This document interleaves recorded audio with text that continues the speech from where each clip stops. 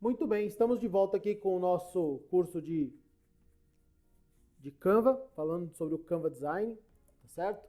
Então, design então é o processo de pensamento que compreende a criação de alguma coisa, já dizia Miller em 1988. Então, a diferença entre designer, né, e design, que designer é o profissional de design. Então, tem o designer educacional, tem o designer instrucional, design gráfico, design web, design de sobrancelha, de unha, tem design de produto, tudo isso são profissões, né?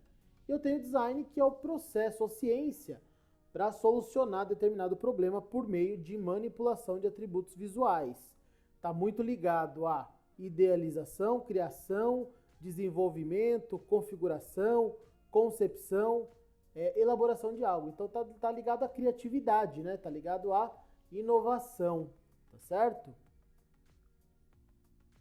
E quais são os princípios que nós temos de design? A gente tem então o princípio de alinhamento, que o objetivo principal é criar uma conexão entre os elementos do layout, comunicando diretamente com o princípio da proximidade, que eu tenho aqui então, olha só, um texto que está totalmente desalinhado, com as imagens desalinhadas, e aí eu faço uma proposta de alinhamento, ó, tá vendo?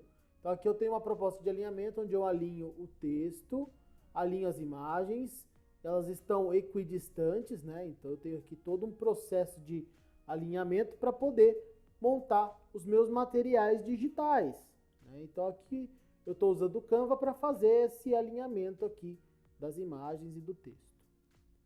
Eu tenho o princípio do contraste. O contraste é uma oposição acentuada entre as duas ou mais coisas, sendo que uma sempre se sobressai perante a outra, as demais, né? Então a harmonia aqui é exatamente ao contrário, as coisas concordam entre si, não há competição. Então eu estou falando do contraste, que é onde tem uma competição aqui e uma quebra na hora de visualizar.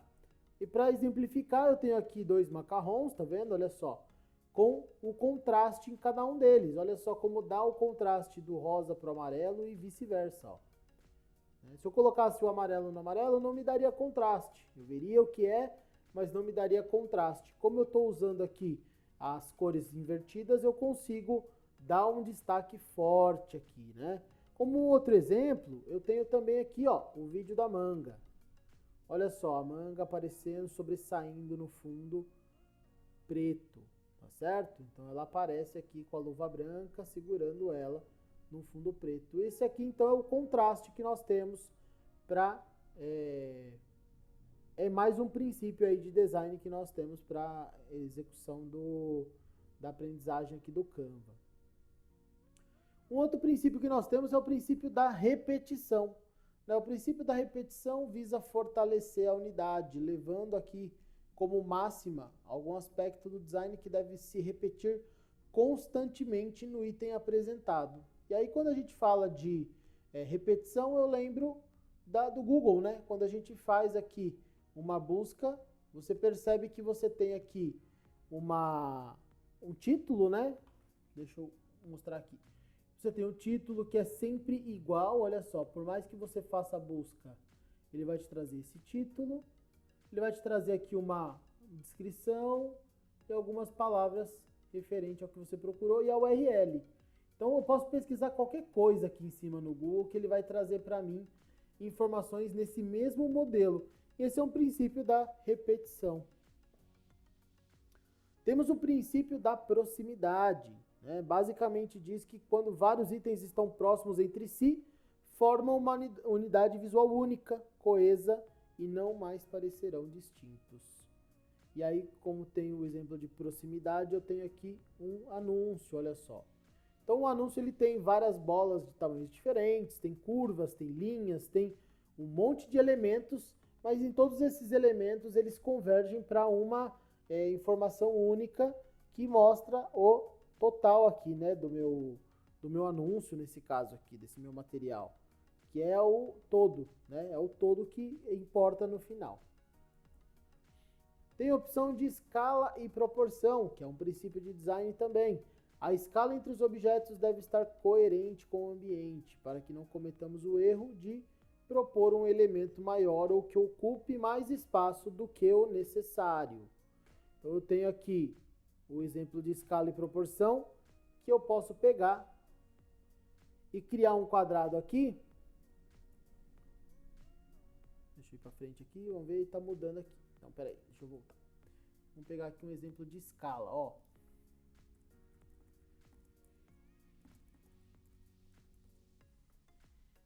O que eu tenho aqui, ó?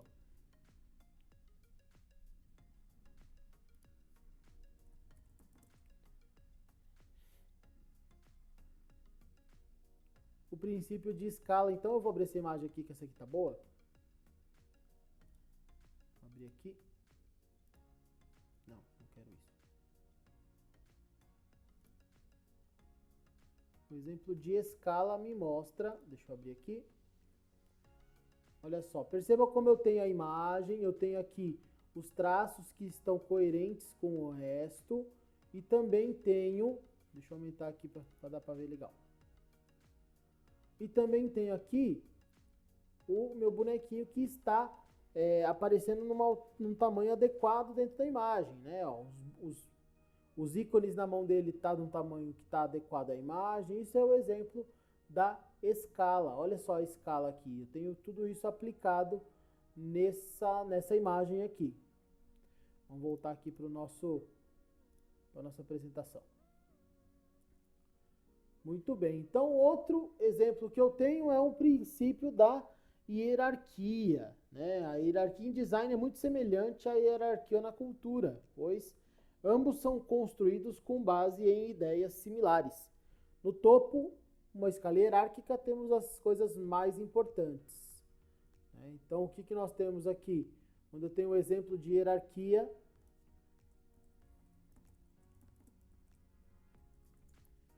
eu tenho aqui, vamos abrir, hierarquia visual.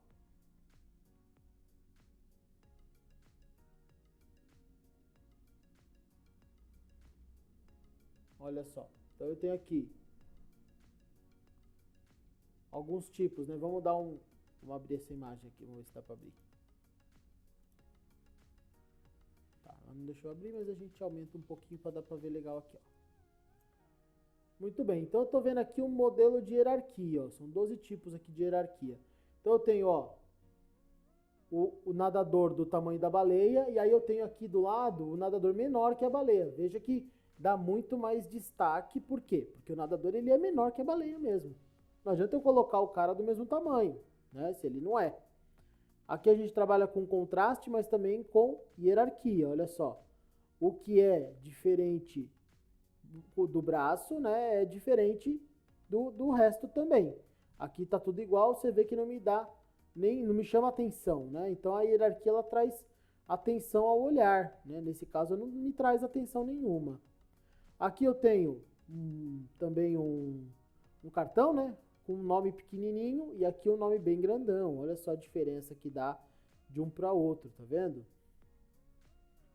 Ó, do espaço também, ó, aqui eu tô vendo aqui a Lua, aqui um planeta, e o cara indo para lá, só que aqui eu tô vendo a distância do que o planeta ele tá longe, né? E aqui ele tá indo até lá. Ó, aqui também, o princípio aqui de proximidade, ó. Que o carinha tá mais próximo do outro. Aqui o modelo negativo também. Perceba que eu tenho, ó, de alinhamento, a gente falou tudo isso. Então, se eu estou jogando aqui as coisas, elas não podem estar voando de qualquer jeito, tá? Tem que estar aparentemente dentro da frigideira aqui que está mostrando. Voltemos lá para o nosso material, então. Princípio de hierarquia. A gente vem agora para o princípio de identidade visual. Então, o princípio de identidade visual, eu tenho um conjunto de elementos gráficos que objetivam comunicar ao público a ideia, os valores, o propósito e a missão de uma empresa, produto ou serviço. Alguns elementos da identidade visual são logo, nome, slogan, cores, tipografia, embalagens, outras peças também de divulgação. E é interessante ver aqui como exemplo a identidade visual do Mastercard. Olha só que louco. E a identidade visual aqui a gente tem desde 1966, né? Ó, o Mastercard aqui começando aqui com o seu banco, e ele foi evoluindo em 79, evoluiu em 90, evoluiu em 96, em 2016, e agora veja que interessante, ele nem tem mais o texto Mastercard, ele nem precisa mais, porque ficou tão incorporado isso, né? Ele foi tão enraizado que o Mastercard são essas duas bolinhas, que ele simplesmente não tem mais problema em colocar essas informações aqui. Ele já, só as bolinhas a pessoa já sabe que é a Mastercard, então não precisa mais de ter o texto Mastercard. Não precisa falar que é cartão de crédito, não precisa de mais nada. Né? Por isso foi a evolução natural do logo. A gente tem também o logo da Nike, o logo da Shell. A gente vai perceber que todos esses logos a gente tem uma evolução natural ali e vai jovializando, né, a marca. A gente tem aqui também outros modelos, ó, de identidade visual. A Nubank, que é uma empresa também de cartão de crédito com o logo da Mastercard. E também o logo da Nubank, que é um N lá dos dois lados, ó, o NU para cima e para baixo. Também tem. E as imagens que eles postam na rede social, por exemplo, a de baixo aqui, que a gente está vendo aqui embaixo, essa imagem são imagens que eles sempre trazem o roxo como identidade visual. Então, eles podem postar, sei lá, a imagem de uma baleia. Algo vai ter roxo lá para trazer para a identidade visual deles. O Itaú a mesma coisa, né? Com o laranja aqui. Sempre o laranjinha para poder atrair aí o olhar do usuário. E aí, falando um pouquinho de banco de imagens, né? Quando a gente está construindo recursos educacionais, a gente fala de banco de imagens. E aí, os bancos de imagens são serviços onde é possível obter imagens ou fotografias prontas para uso em trabalhos na área de design, publicidade, propaganda ou até mesmo na área educacional, né? E a gente tem ali, como a gente já falou na unidade 2, o Creative Commons, né? Que é um tipo de licenciamento aqui que permite as pessoas usarem gratuitamente ali a imagem, né? Mas sob uma licença que é padronizada deles. Então eles têm lá as licenças em 3 camadas, que nós falamos, e os tipos de licença que tem a atribuição lá para uso comercial, para edição, proibida edição, edição e criação, proibida edição e criação. E aí você tem aqui os tipos de licença com as dificuldades aí de uso, né? As restrições de uso. E aí, para bancos de imagem, nós temos alguns tipos de extensões de imagem. Então, quando eu falo em banco de imagem, eu falo em fotografia ou em vetor, né? Eu tenho lá o GIF, que é uma extensão bem pequenininha, tamanho bem enxuto e também uma qualidade bem inferior. Eu tenho o PNG, que eu tenho uma imagem que tem um tamanho que pode não ter fundo, né? Pode ser uma imagem sem fundo. Eu tenho o JPEG, que é uma imagem que tem fundo, que pode ter aí uma qualidade superior ou inferior ao PNG, mas que também é uma fotografia, ela tem um fundo de alguma cor, ela não pode ser sem fundo. Se for sem fundo, ela é uma PNG. E eu tenho o PSD e o AI, que são imagens que são vetores, né? Então, esses vetores são imagens que você consegue aumentar e diminuir o tamanho para que você possa ter ali uma resolução adequada das suas imagens. Então, em alguns lugares você consegue, em alguns sites você consegue baixar esses arquivos vetorizados, EPS também é uma das extensões que você consegue baixar para poder ter ali um material mais de qualidade de imagem, tá? Então nós temos aqui alguns exemplos, né? Então eu tenho aqui o banco de imagens, que é o Pexels, o Pixabay, o FreePix, são 3 bancos de imagem que são gratuitos, né? Então eu, ao acessar ele aqui, eu vou deixar os links depois como recurso adicional desse curso, para vocês poderem acessar. E eu tenho também os bancos pagos, né? Que é o Shutterstock, Deposit Fotos, iStock, o Get Imagens, né? Então você tem aí esses bancos que teoricamente você tem que pagar. Os frees você pode usar, dependendo da licença, usando o Creative Commons, né? Vamos tentar abrir aqui. Você vai usar usando o Creative Commons e aí você pode dizer que está usando a imagem da pessoa e aí você pode utilizar essa imagem. Vamos pesquisar aqui, ó. Recursos humanos, ó. Pesquisei. Ele vai procurar imagens, né? Pedir para procurar imagens. Então eu tenho aqui, olha só, as imagens. Eu falei, gostei dessa imagem aqui, quero baixar ela. Venho aqui, clico nela. Olha só. Eu posso pegar essa aqui, download grátis, né? Clico. Tem os tamanhos da imagem. Lembra que a gente falou, ó, JPEG, eu estou usando JPEG. Aqui estão os tamanhos, pode ser desde 540 pixels por 400 até 5.000 por 3.400. Então, quanto maior, ela tem mais pixels juntinho dentro dela. E aí você tem aqui um tamanho maior de imagem também. Porém, quanto maior você baixar, melhor resolução você tem daquela imagem. Então você pode baixar essa imagem. Aqui a contrapartida é que você precisa dizer que foi desse cara aqui, né?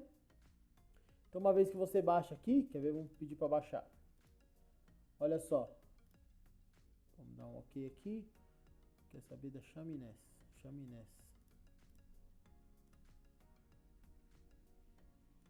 Semáforo. Então eu baixei a imagem, ele vai deixar eu baixar. Ó, grátis para uso comercial, atribuição não requerida. O que acontece aqui? Essa licença aqui, essa imagem em específico, eu não preciso dizer que que é de ninguém. Eu posso usar com direito liberado. Eu não preciso nem falar que é desse rapaz aqui. Então, se eu tiver uma imagem que é necessário, ele vai me avisar quando eu for baixar. Ele vai falar, olha, você pode baixar, mas precisa atribuir para o fulano de tal. Então, toda vez que você usar a imagem, você tem que atribuir para aquela pessoa esse acesso aqui, tá bom? Vamos seguir aqui em frente. Eu tenho outros bancos de imagem, né? E aí não é só de imagem. Por exemplo, All Free Download, eu tenho imagem, eu tenho vídeo, eu tenho som, eu tenho animação, eu tenho GIFs, né? Imagens GIFs animados. Esse Vidize, eu tenho imagens em tamanho de vetorizada, né? Eu tenho vetores aqui. Então esses vetores você pode baixar o vetor, eventualmente tendo o software adequado, fazer edição dele. Né? Eu tenho o Cover, que é para vídeo também, para imagem, e o Bsound, que é para sons. Você pode usar para som, para baixar sons. Tá ok? Então todos esses bancos você pode usar, baixar coisas dele para poder depois colocar, por exemplo, no Canva aqui que a gente está falando, mas em outros lugares também, no Padlet, no Mentimeter, no Google Formulários, dependendo do que for aqui, você pode incluir depois lá dentro, tá? E aqui de fato a gente está falando exatamente para o Canva. Um conceito também muito importante é o conceito de paleta de cores, que você pode colocar, então, que são conjuntos de cores pré-selecionadas, onde você utiliza de forma harmônica, visando aqui passar uma ideia para quem visualiza.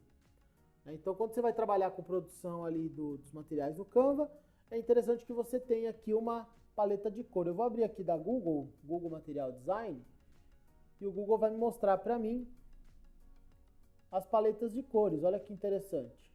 Vamos descer aqui. Eu não vou passar por tudo aqui, mas ele está mostrando a parte de paletas aqui. Eu vou mostrar só no final, que eu tenho aqui os tipos de paleta. Olha só. Então, essa daqui é um tipo de paleta da Google. Então eu posso pegar aqui desde o vermelho, do rosa, e ele vai me dando todas as cores que eu quero. Se eu preciso de alguma imagem lá no meu Canva, eu seleciono aqui a imagem que eu quero, copio esse ícone aqui, esse texto que é um hexadecimal, eu venho aqui para dentro do meu Canva aqui, ó, né, aqui, e abro aqui a parte de imagem e coloco a cor que eu peguei lá do Material Design aqui, né, da informação do hexadecimal. Basta eu vir aqui e colar, que ele já vai entender que é a cor que eu quero, que é essa cor, exatamente essa que eu quero. Tá certo? Então eu tenho aqui um grid gigante. Eu tenho também nos outros aqui, ó, vamos abrir o Colors. O Colors também me dá um monte de recursos aqui. Eu posso criar também aqui um recurso de... Vamos fechar. Vamos entrar aqui, ó. Você pode entrar também com a sua conta. Deixa eu ver se a minha conta está ativa. Senão a gente usa o outro da Adobe. Vamos usar o da Adobe. Aqui, ó. Vamos abrir o Adobe Color aqui. Faz a mesma coisa, só que eu não preciso logar.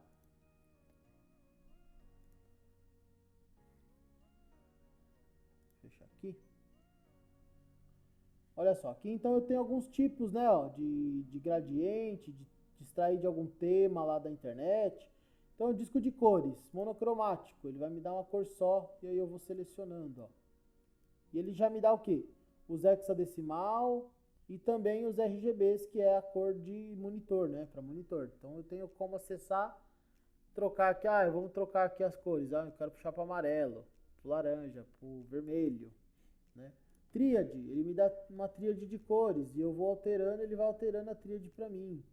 Então, isso daqui já tá, são paletas que você já tem ela totalmente pronta. E você pode personalizar, né? Quando você vem no personalizado, aí ele te dá a flexibilidade de selecionar as cores que você acha legal. E aí você olhando aqui quais as cores são mais legais, você fala, esse aqui tem tudo a ver, esse vermelho sai fora. Olha só que interessante. Olha aí, criei uma paleta de cor aqui que eu já tenho as informações, ó, copio aqui esse azul, eu quero esse azul. Aí eu venho lá no meu projeto do Canva, colei azul, ele já puxou o azul que eu tenho aqui, ó. Tá aqui, puxou já o azul que eu queria. Tá certo? Então, é importante trabalhar aqui com a paleta de cor para a gente poder escolher as cores adequadamente para não ficar um contraste ruim, uma coisa ruim aí pro usuário enxergar, tá certo? Um outro conceito importante que a gente precisa pensar é no conceito de fontes. Quando a gente está criando aqui um design no Canva, a tipografia, né? As fontes são a impressão dos tipos, o nome mais comum aí de fontes de letras. Atualmente esse nome é dado para criação e aplicação de caracteres. E aí eu tenho 4 tipos padrões aqui de fontes. Eu tenho o padrão com serifa, sem serifa, o script que simula a escrita, né, ou caligráfica, que a gente chama, e a display, que são fontes artísticas. Então, as fontes com serifa, né, ou serifadas, são aquelas que possuem pequenos prolongamentos e traços nas extremidades das letras. Além disso, essas fontes são bastante usadas em textos contínuos, como revistas, jornais e livros. As serifadas elas são utilizadas para que possa promover conforto ao olho humano na leitura mais longa, né, as que têm serifas. E a gente tem um modelo aqui da Bakersfield, né, ela tem serifa, veja que ela tem ali as pontinhas, né, aquelas pontinhas aqui que a gente está vendo, que dá, quando eu coloco isso aqui num texto seguido, um texto com uma página inteira de texto, me facilita a leitura, me deixa mais tranquila a leitura, né, me dá um sentido de continuidade, e aí eu consigo fazer uma leitura mais agradável. Já as sem serifa, né, as não serifadas, são fontes que aí não possuem esse prolongamento. Elas são mais secas para finalizar, né? Elas são utilizadas para textos mais curtos e para designs gráficos. Então, se você vai usar um textinho curto, você pode usar uma fonte, ó, tipo Avenir, sem serifa. Né? A gente lembra aqui da Helvética, da Arial, são fontes mais sem serifas conhecidas. A tipografia script, também é chamada de cursiva ou manuscrita, consiste no estilo de fonte que simula a escrita manual humana. Por isso, essas são fontes mais clássicas, elegantes, suave, tem assim uma criação de design gráficos de convites de formatura, né? Então, ela é uma fonte mais desenhada. E a gente vê aqui, por exemplo, a Billy Ohio. Nós temos outras aí, playlist, tem diversas fontes que são caligráficas, onde você apresenta ali um desenho de letra. E a tipografia de display, ela é uma fonte mais artística, né? Não dá para classificar nenhum tipo das anteriores. Ela possui letras mais enfeitadas, trazendo símbolos, figura. Às vezes até no lugar do alfabeto vem uma figura. Você aperta a letra S e é um desenho. não é nenhuma uma letra.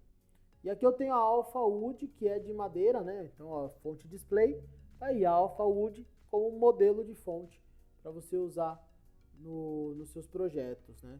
E aí, como que eu consigo usar essa daí, né? Então, antes da gente conseguir usar, as fontes elas têm uma determinada família, né?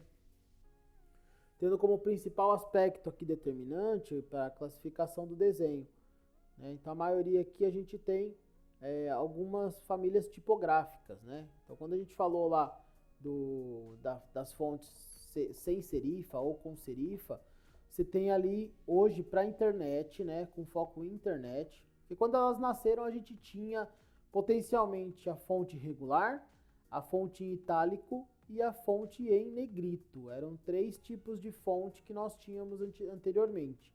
E com o tempo a internet veio e foi modificando esse formato e hoje a gente tem aí o formato dessa fonte, por exemplo, que é a Cumin Variable Concept, que eu estou mexendo aqui. Essa fonte é uma fonte que tem uma família bem vasta de tipos, né? Então eu tenho lá o Light, que é bem fininho, a Regular, que começa a ficar mais carregada no negrito, a Bold, que já é mais negrito ainda, a Extra Bold, que é muito negrito, né, bem grossa, bem grossona. Aí entra o itálico, que ela é deitadinha, no formato itálico, a condensada, que ela é juntinha, mais juntinha do que a normal, e a estendida, que ela é um pouco mais estendida do que a light e a regular também. Então você tem aqui uma família de fonte, e você pode usar essa família de fonte para incluir no seu Canva e subir a família de fontes lá no Canva para usar, certo? Lá a gente vai ter essa opção no Canva para fazer isso. Nós temos também a opção de alinhamento, a esquerda, a direita, centralizado e justificado. Então, quando eu estou falando de um texto com um alinhamento à esquerda, você tem aqui do lado esquerdo alinhado e do outro lado não alinhado, do lado direito sem alinhamento nenhum. Quando está centralizado, eu tenho dos dois lados aqui o meu texto alinhado ao centro.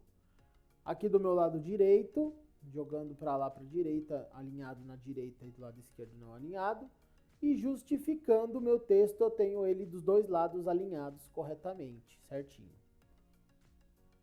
Eu tenho também aqui opções de baixar fontes, né? Então a gente está falando do Google Fonts aqui. E do da fonte também, que é um outro tipo que você consegue baixar. Então aqui, ó, você tem a família da Roboto. Eu abri aqui, ó. Tem toda a família de fonte da Roboto, olha aqui. Eu posso baixar a família toda, vindo em Download Family aqui, eu baixo a família dessa fonte que eu gostei. E eu venho no meu Canva, volto aqui no meu Canva, escolho uma fonte aqui. Ó, aqui em fontes eu venho e... Vamos pegar aqui, ó. Ele vai abrir minha paleta de fontes e eu venho aqui em adicione fontes no kit de marca. Então dou maisinho, ele abre para mim o kit de marca e eu faço o upload da minha fonte aqui, ó. Tá vendo? Ele já sobe, faz o upload de um tema de fonte aqui para você. Olha só que interessante, hein? Muito bem. O da fonte também, você consegue baixar fontes aqui e usar nos seus projetos.